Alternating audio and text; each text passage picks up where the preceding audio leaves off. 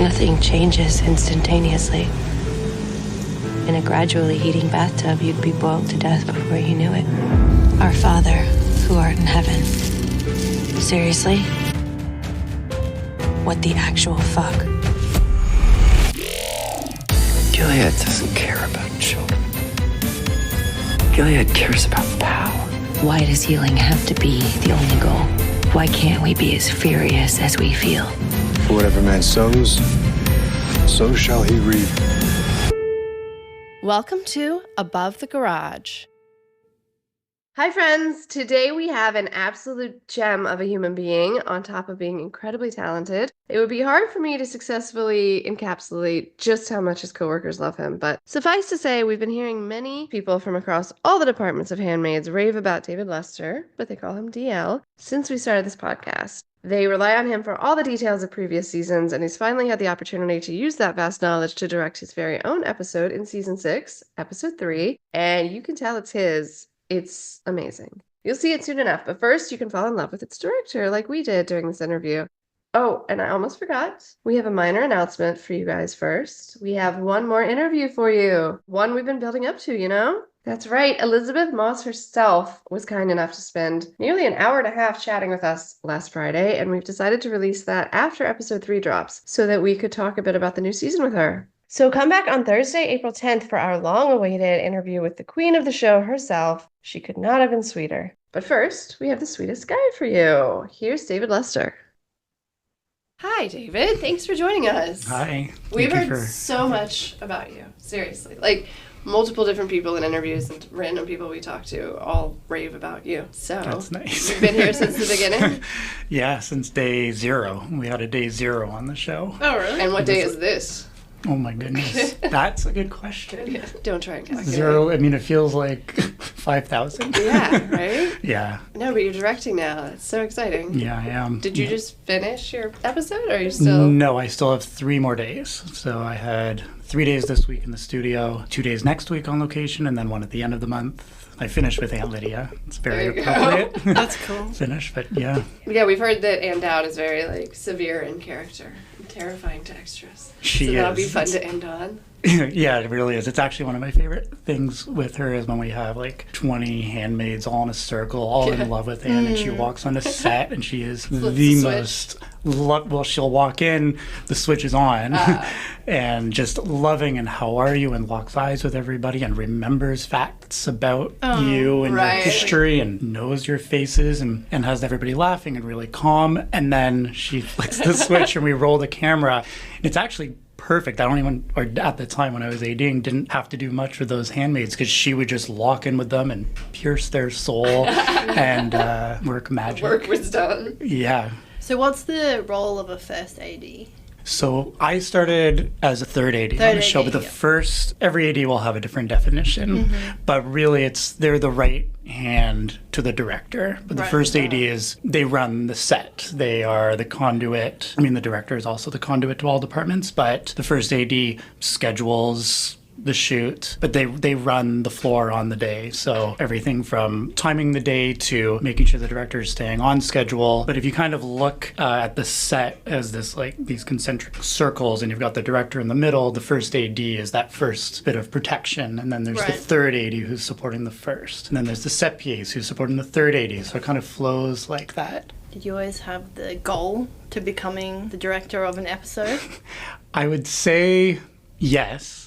But it was also, I mean, it definitely felt more like a dream. It's this, I know where my passion is and I know where I feel the most myself and expressed. But that came out a lot while I was thirding as well, because you are directing all the extras and you are creating the frame. And with Handmaids in particular, the background is so key to the story. It's not just about making it seem busy like you're on a street or anything like that. I mean, there's rules to Gilead and there's consequences to it. So all of that movement, and are you making eye contact, or are your eyes to the ground, or just how do you interact with your environment?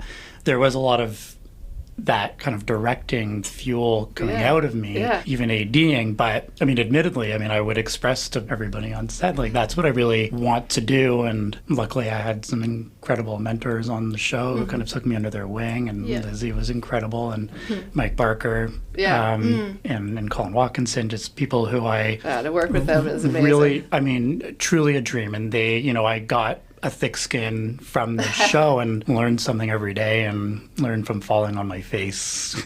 But it was a safe space to do that in. Right, to directing the final season. Like, that's such an honor. It is. I mean, I'm humbled, but I'm over the moon. And I mean, I've been sitting with this for a long time because Yeah. I found out about this a long time Right. ago. And then, of course, the strike Writer's happened. strike. And then the Further show got delays. pushed a bit more. And so, I mean, thankfully, I've been living with it. I was going to say, it's for kind of a this nice long. thing to live with for a long time. Yeah, I truly have been wanting this forever. So the fact that I've been able to feel that kind of joy Yeah. amongst everything Yeah. else for this long is it's been amazing. That's great. Did you have any idea it was coming? No, I mean, I directed some second unit stuff in earlier seasons, so I showed that I was capable of doing the role even Yeah. on the smallest of scale, which Right. doesn't get you anything for sure, of course. But I asked after we wrapped season 5, about a month or so later, I sent a very impassioned plea and kind of expressed all the reasons I thought it would make sense. And I even expressed Good the for reasons why you. it wouldn't Yeah. make sense. I was very honest about it.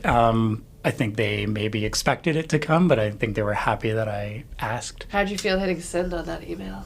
I was in a coffee shop and I pressed send and I slammed the laptop shut and I just sat there. And then about 10 minutes later, I got a text from Lizzie thanking me for the email. How good. And it kind of, not that I had any fears around it, but it's obviously very vulnerable to put yourself Yes, out there like that with no expectation and just the hope. But I felt relieved that I'd sent it and happy. I had to send it. It's the last season. If I Yeah. didn't, I would be remiss. Shoot And your shot, yeah. I did shoot the That's shot. Yeah. amazing, though, also that she relieved you of the tension 10 minutes later. Yeah. I feel like when I send an email like that, I'm waiting for like hours. Yeah, it's very not Check. Handmaids. Let's just let the tension sit. Right.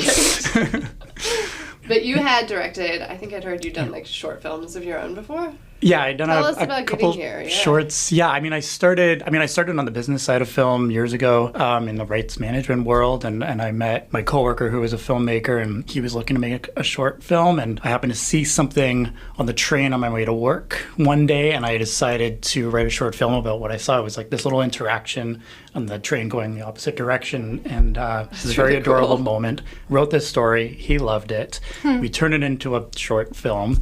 And I PA'd on that film and did everything that a PA would do. And I fell in love with being on set and decided I wanted to kind of pursue that and quit my secure, with quotes around it, desk job. And started pursuing PA work and eventually got on a union show and worked in the office and then met the ADs on that show and started to PA on set. And I did that for about 8 or 9 years. And within that time, made a couple of short films. But it was always kind of gearing towards just trying to direct on a larger scale. And I really didn't know what it looked like. I was really kind of paving my own way and working through a lot of inner turmoil to get there. Because it's a lot. Yeah. But that's kind of the really truncated version is I just one day, I mean, the switch flicked for me and I just found something that I really loved and I was really supported. What was the scene on the train that changed your life? I have saw, to know. It's so funny. I saw there was he must have been a teenager just sitting looking out the window kind of in my direction as the train was stopped. And a woman sat next to him and she was in a really strong business suit and very put together and sat down and he saw her, made a little bit of room and just really adjusted himself. Like he was really taken by her energy. You could just see that. Yeah. I was just thinking what could possibly be going through his head from that station to the next station. Yeah. Just, I don't know. And so I That's just wrote so a stream of fascinating. consciousness about that. It's so silly, but that was that was it. It was just, that's what it took. That's amazing. No, I'm always making up stories for people driving by when I'm bored, so making a movie out of it is way more productive. Yeah. How far into your episode are you at the moment? So I had 10 days to shoot and we've done 7 2.5 days. So I have 2 full days left, and then my last day with Lydia is one part of a scene that we've already shot the back of. Yeah, exactly. Have you gotten to shoot with many of the people that you want to? Yeah, pretty much. I mean, I think I have, I don't know what I'm allowed to say who I don't have. There's one main character who I didn't get in my episode. But otherwise I say I have the honor of directing them. It truly is. I mean, it's a master class with them. They walk in, and I mean, in season 6, they obviously know their characters. Right. Everybody knows their characters so well. But yeah, I've been able to get pretty much everybody. So incredible episode on top of it. It's a big episode, a lot of big set pieces. And I mean, I love scope is what I love about this show. But I also even more am passionate about the intimacy within it, those like hidden, stolen moments. Right. And that's what really excites me about Handmaids. Yeah. And I've got a lot of that. We just got to watch a couple scenes from behind the monitors, and it's I know they're actors, but it's crazy to me how they can just be talking to you 1 second, just like all friendly, and then like especially Yvonne, like she was so nice and friendly, and then she walks on and like the Serena face comes out, and I'm like, damn, that's really cool. It's cool to see. It really is instant, and I know it's just come up on other interviews with the directors, and they have the same experience, and it really is that. I mean, because they know, obviously they are professionals and they know their characters so well, or so intimately, but I mean, it's the same thing. I mean, we'll keep the camera rolling and resetting, and they'll be joking in between shots, and then we'll say set, and I'll say and then they'll snap into it, action, and that's it. Yeah. Are any actors different? Like, have you worked with other actors before that are different than that? Because I know that some actors have a different type of Succession, Oh yeah, like method acting. I haven't. This is actually the first episode that I've directed, a first full episode I've directed of television. But I have worked with a few who you just let them do their thing. Yeah. I mean, that was more in an AD capacity that I've worked with those folks. So it's a little bit more forgiving. I much prefer this. I mean, I thrive on that human eye-to-eye connection and really seeing the human, and then you find that human in the character. Yeah. Is it a real thing, like when they say, like, don't look at actors, in the eye, and they say that? Is that? I've more had experiences where you just know when to not look that person in the eye. You get a gauge for how their day is going, how the scenes are going. You really, I mean, that's like a little bit of its own fine art. Of how to keep people feeling safe on a set and seen and heard on a set. And when they are in a particular state, I mean, they still have to do their job, and you still have to do your job. Help them be as comfortable as possible. Yeah, exactly. But I've never had a problem looking people in the eye, and I'm very happy for them to say, please do not, if I shouldn't. Right. Yeah. I particularly like doing this interview in person, because usually we're looking in Zoom eyes. It's still cool, but this is awesome. So post-production, when do you start? Do you start just like day after you wrap? You have how many days to do your editing? I think I got 4 days, and I think there's a couple of weeks in between. I think part of that is because one part of the scene I'm shooting at the end of this month, so I've got a couple of weeks in between. So I think they'll assemble what I've done so far, and then just that one little bit. So I think I may do a few days in the editing room, do that last bit, and then finish off for a couple of days the following week. So I have a couple of weeks in between to breathe. Yeah, we learned earlier today on a tour of post-production that the DGA, I guess, got the director's right to edit further, I guess, afterwards, after there's comments from the EPs, the producers. Then you get to have another stab at it. That's cool. It is. I will say I'm in the DGC, so I don't know if mine's actually a little different than what the DGA agreement is. Oh, gotcha. America, Canada, yeah, DGA, exactly. DGC. Yeah, I get it. Well, if you don't. You get your 4 days. It's fine. I'll get my 4 days. Plus some extra bonus weeks in the middle. I'm happy. It's all good. When did you get the scripts? I got the scripts last winter. Oh, wow. So I've had this I had the outline before the strike happened. So I was actually sitting with this outline and trying to piece something together with the outline for however many months. Very nice thing to have to do. It was, absolutely. Yeah. And then the script comes in, and of course, a lot of it has changed. But I did have it. But I mean, I've had the script for about 7 or 8 months before I went into prep, which, again, is more blessing than a curse. But the way my brain works, you start to overthink things. And then things that you thought thought of that were just absolutely amazing ideas in the moment in December. You look back in May and you thought, what was I thinking? Or that idea is maybe still great, but it feels so stale in my mind. And now we're presenting it to people. Yeah, exactly. So that was my inner it's battle. unique circumstances that you did it under. Yeah. I didn't realize you also get an outline first before you actually get the full script. Yeah, it's really, I mean, it's good, and especially this season, getting so many of the scripts before you go to camera, you can see how the whole season's going to take shape. But I really like having that outline, even if it's just a way for me to piece of skeleton in my mind of how things may transition, or even just how the episode begins and how it ends, and knowing how I may want to bookmark it, and that can kind of fuel everything else, or getting an idea of even just each individual character's, what their journey is going to be in that episode, and how it contrasts the other characters, and that really helps to kind of start to think about tone and even music choices, just things to start to kind of fuel me creatively. It's a really helpful tool. Even if it changes dramatically, at least I have a foundation to work with. Is Michael Dara doing the drawing? I was literally just about to ask. Yeah, he is. He did 3 scenes for me. They were so very helpful. Yeah. I've worked with him back in season 2 when I did my first second unit scene. But I love Dara. He's the only person I've ever interviewed that had more Red Bulls than I did. I really love him. Made me feel better about myself. Did you trade off during the episode? He was doing one and you were doing one? Yes, we didn't know that was the plan, but that's how it turned out. That's great. No, I mean, he's obviously has a cinematic brain and will take something and make something even greater than I had imagined. And sometimes he'll send the board or send the shot list off, and he'll send it back, and he'll have included something I hadn't even mentioned. Yeah. And it's gorgeous and it's very inspiring. And but he's a really great collaborator. And so does he just do like certain scenes for you, like the bigger, I guess? Yeah, for me, there were 3 sequences in particular that needed the boards, not only from a technical standpoint, just to show the crew, these are the angles, this is what we'll see, these are the kind of tools that we may need, and this is why we need them, but just to keep me honest on the day to make sure we really are capturing everything because of either the set we were using or the location. I mean, there's no reshooting that stuff, so you have to make sure you're getting it. And those boards, I mean, that's your map. Yeah. Were there any major complications that were unexpected, weather or like? Honestly, I really lucked out.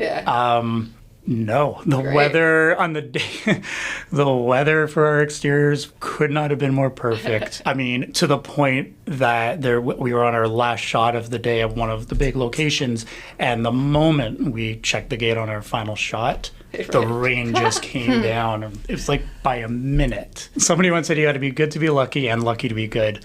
And I was definitely lucky in all those situations. Wow. Were you nervous when you went into the first? I've been nervous for every single scene. In fact, I find the moments that I'm not nervous is actually when I start to feel like things may crumble a little. There's something I just have lived on edge. Even when I was ADing all those years, I mean, on days with 700 background, I mean, I wake up and I'm in the fetal position because it's just so much is unexpected. And you go in and you just want it to be great as everybody else does. And there's magic in the mistakes, and I completely embrace that. But I mean, I've been supported incredibly by everybody on this crew, but you wake up in the morning and it's a lot. So very nervous before every scene, and then once we're into it and I'm not thinking about it anymore, all the nerves go away, which I know is very natural, but I don't think I've fully learned that lesson because the next day it just comes right back. It, Nope. I mean, they're all lovely people, but you are directing directors. Is it ever really difficult to direct directors? I find there's moments that it has been in the back of my head before I go in there. And I think that comes more, it's actually, I wouldn't say better, but for lack of better words, well, it's an asset, an unexpected asset. Because they understand, not only they're thinking that way, they understand where the camera should be. They know there's just like that innate understanding of the entire process versus just coming in and, I mean, it is a collaboration. And so you don't want anybody to feel isolated. Yeah. So after you finish this episode, I assume you're not just leaving the last season.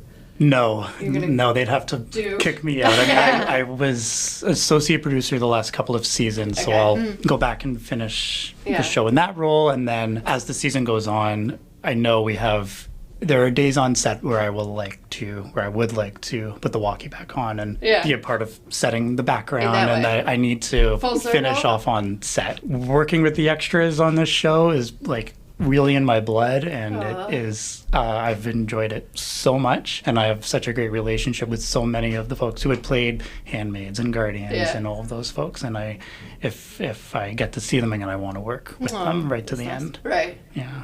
What is your role as an associate producer? What do you do? It's kind of an all hands on deck thing. I mean, I'm a right hand to even Lizzie while she's in prep, and kind of just making sure I'm keeping track of everything that's going on in prep for her episodes.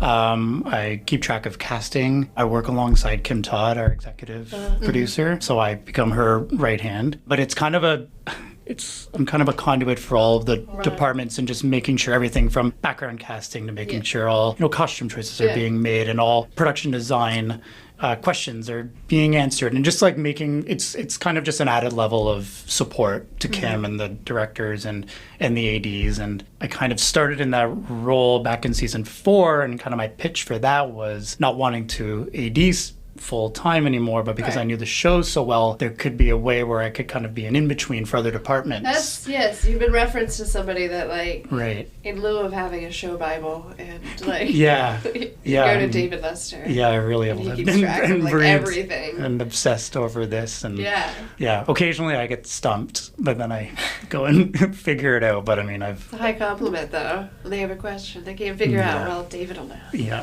And I hope I do. So, the earlier seasons, what's your favorite season to film? Oh my gosh. This one now, I assume. Season 6. Yeah, exactly. It actually is, it's an incredible season. Yeah. But really, I mean, I remember even in the end of the first week of season 1, there was this sense amongst the crew that we were making something even more special than I think we thought. Like, we go into a show, I mean, obviously knew what The Handmaid's Tale was, but I had never done a show like this in Toronto or anywhere. A show like this hadn't been done in Toronto before, so I'm sure a bunch of the crew and a bunch of the keys hadn't done a show like this. Yeah. And I mean that with the level of not only like visual integrity, but just from the top down, like a vision that was so unique and inspiring to everybody. Yeah. And so that first season, I mean, we're always on our toes, but you really had to be on your toes. But it was worth it. Those long days were worth it, and the tough locations and the insane minus 25 degree weather day after day, not as bad as what the Handmaids had. Right. It was truly magical. Like, I don't know what else to say. I mean, I look back on it now. In the moment, I'm sure I was losing my mind and wondering why I was doing that. But when you look at the frame, and I look at even one of the earliest photos that I took of what we're filming on the monitor, and it was this flashback sequence at the beach with June, Luke, and Hannah in the water. Yeah.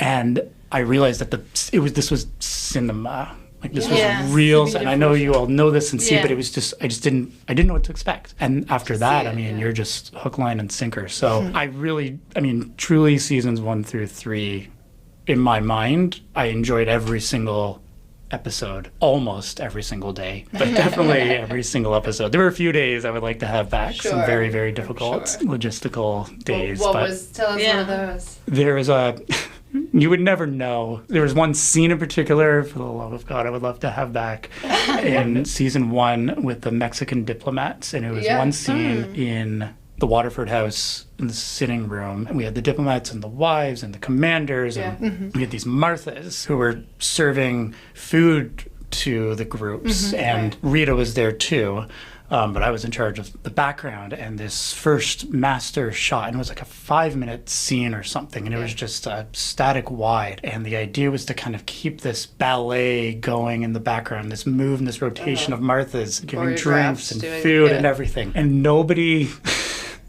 was taking the food, and nobody was taking a drink, and we're watching this, and the actors are giving it. I had the Marthas going in circles, and nothing was actually happening, and we were just watching this train. It was like a food carousel go around, and I'm sitting there, and DP and the director are looking at me, and I'm like, I don't think we're going to make it through this take. Like, you're going to have to cut. And we looked at me, and they cut early because it was just dead. And that was the only, actually one of 2 times that we've had to cut out of a scene where my background killed the scene. And I have lived with that ever since. Oh my God, I'm sorry I asked. No, it's okay. Really now okay. it's hilarious. And the other one, there was a Washington scene where we were in Toronto, but it was a train station sequence. And Dervla created this, I mean, it was a stunning set piece. And there was a lot of moving parts in the scene, and there was a lot of moving background in different sections, and the cues were so specific, and we had escalator movement and groups of people and soldiers coming through and reactions, and there were cameras in a few different spots, and we started so early. That was a day that a lot of things in my mind went wrong, and some things that, Dervla had asked, I accidentally reversed, and it was a very difficult day. Stuck with you. It's one of those things where you kind of wish as an AD or as a third, you have like a day to prep what's going to happen, as opposed to just showing up and figuring it out and making the best. Massive amounts of background, though. Yeah, and normally I'm fine with that. I love a lot of background and symmetry and choreography. That day, I couldn't do it. It must be hard though when you you literally have to rely on all these people to do what they're supposed to do at the same time. And very specific movement. I mean, this world, and the eyes are down. If a handmaid can't see through their bonnet and they bump into another handmaid, and that's happened. I've had unwomen fall down hills because it's been too windy. I mean, there's just stuff. Yeah. Did you work on the colonies with the background? I did. In fact, my first second unit directing scene was a colonies scene in episode 7 of season 2. Yeah, I mean, it was incredible. I love this. So we had the main colony set, and then we had a secondary set with those big white domes. And that was a great day. But we showed up that day, and I think the winds were over 100 kilometers an hour. So much, it was truly, it knocked 3 unwomen down the hill in this first wide shot. It was terrible. Yeah, I showed up with my Michael Dara storyboards on Bristol board, and I'm not kidding. I opened the door, and it just flew out of my hand, and I never got it back. Set the scene for the day. You never got it back. No, it went far. The domes where we were shooting at, there were areas you just should not go, and it was just gone. I had it in my head, but yeah, it was that kind of day. But yeah, the colonies set was on the hills, and everything was one of the most fun.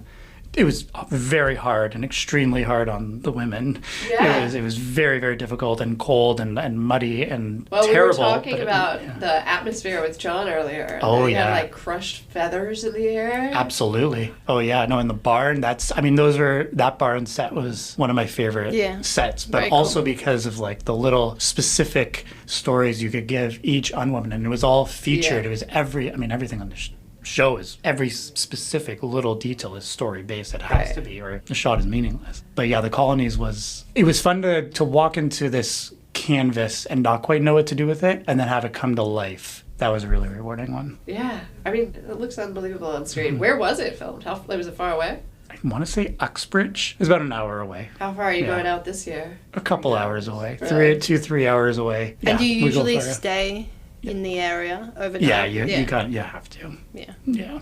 You don't really want to be back and forth. No. Although, it's funny. I mean, I don't know if this is even good for, but part of me actually doesn't mind much of a travel after work, because it's a good time to kind of decompress and just put on some music. If I just have a 5-minute drive back, it's just, I really need that kind of decompression time. I like driving time for that, yeah. Well, are you sad? Are you sad that this is the end? It hasn't hit me yet. I think I'm too in the thick of it. Yeah. I think when it was announced it was going to be the last season, I did feel that. Well, yeah, exactly. 5 years ago. So I've been living with that sadness and grief for a long time. So that's a really long time. I am. The last day is going to be a tough one. It'll be a celebration, of course. But at least perhaps the testaments. Do you have any other projects or goals after you direct this one? What's your plan? I mean, I am going to be directing another short film right after I finish this episode, but I think after this I don't have anything on the horizon just yet. I think I need to do this, put it out into the world, see how it's received. That's kind of usually my approach in life. I mean, I know what my vision still is, and there are other films, very personal films, that I want to make, so taking what I've learned on this show and this experience and infusing it into that are going to make these very personal projects I have, I think, they'll just take them to a level I wouldn't have been able to take them had I not done this show, and learned from real teachers, people who are not just going to kind of help pick you up when you're down, but actually like really teach sure you've and learned. mentor and discuss. And that kind of environment, it's such a safe environment to work in. Yeah. And I mean, especially for this kind of show and the size of show, it has to be. Yeah. Yeah, well, that's all we've heard is like everyone's amazing, and like obviously there's so many other shows out there that you don't hear that on. You know what I mean? Like it just seems like a really cool working environment. It is, and the fact that we all speak the same language of the show really helps because it is such a specific show. Yeah. We just kind of we understand it. It really helps. Right. Yeah. It's interesting you being around also though when that language is being like written early on with Reed and Colin and Mike Barker and all of that. Like it must feel very different from then to now. Yeah. And do you still work? I know that those guys often use the same people. Are you still in touch with them? I did. I actually assisted Mike Barker on a movie he did, The Luckiest Girl Alive. Oh, yeah, that Burton that did. video, Yeah, a couple of years ago. And it was actually to be honest, it was kind of working alongside him again there that kind of buoyed me to and kind of pushed me to ask for this. Really? He was, a really big supporter of me and my work. And That's awesome. He saw something in me back in season 1, but I mean, it's really because of That's Mike Barker. fantastic. Yeah, I've yeah. heard so much good from them. All of the interviews, like everybody, like just raves. Yeah, Obviously, the work speaks for itself, but beyond that, his relationships with people that you wouldn't even think you'd have relationships with on the set. That yeah. He gets the best out of everybody. Right. There's always It's just- somebody may fall down a hill. I mean, it's the expectations are very, very high, and they need to be on the show. I mean, on any show, but they do need to be. And he holds you to those expectations. And I think why I really loved being alongside him is because I allowed myself to be a bit of a passionate, bumbling fool at time and try to like figure things out with him. AC. I was like, it's raining? Yeah, like you said, you can make like mistakes. To feel like you're safe to make mistakes is the best way to learn. You can't learn without doing that. So. And speaking of, I do challenge anybody to point out some of the mistakes in the background that was going on in the early episodes. If you talk about still figuring out the language of the show, there are things that I was trying to do in the background that maybe were not exactly the rules of the world. There may be that's so fun. thieving handmaid in one of the loaves and fishes scenes back there. There may be some things that are buried there that nobody Giving us maybe a reason noticed. to rewatch. Yeah, that's so cool. That's very promising. Well, if you'd like to, we'd love to talk to you after the episode airs. We'd love to talk to you about everything I to do look with forward the to seeing your episode. I'm so Yeah. excited. Thank you. I would love that. There's so much more. I could talk all day about this show. And we could go Well, episode by Same. episode We and could do talk that. more. Well, let's do That's that fun. after Yeah, the season. let's Sure. definitely do There that. you go. Yeah. So we'll be And then there's no spoilers or anything. And we can talk freely I'm about talking about everything. season 1 onwards. We Oh, can yeah. go into Yes. the nitty gritty of everything. That'd be so fun. I mean, I would love to. What if you're a It was famous my life. director that's very busy? I just won't leave my house life for is 6 gonna months blow up. until we do this After interview. Deal. On the books. Yeah. All right, we will wrap since the AC is, which it is very hot. So You asked what can go wrong while filming. I mean, this can go Yeah. wrong as well. Yeah. So. Thank you very much for coming out and talking to us. Thank you. We really appreciate you making the time. Thank you. you. It was a It's pleasure. been an awesome experience. And seriously, meeting you in the flesh after hearing you name drop so Yeah. much. Well, likewise, after listening to you for so long. So I'm thank so you. happy. Very kind. Truly. Makes us happy. All right, well, we'll see you in like 6 months then. Look forward to it. All right, bye. Bye.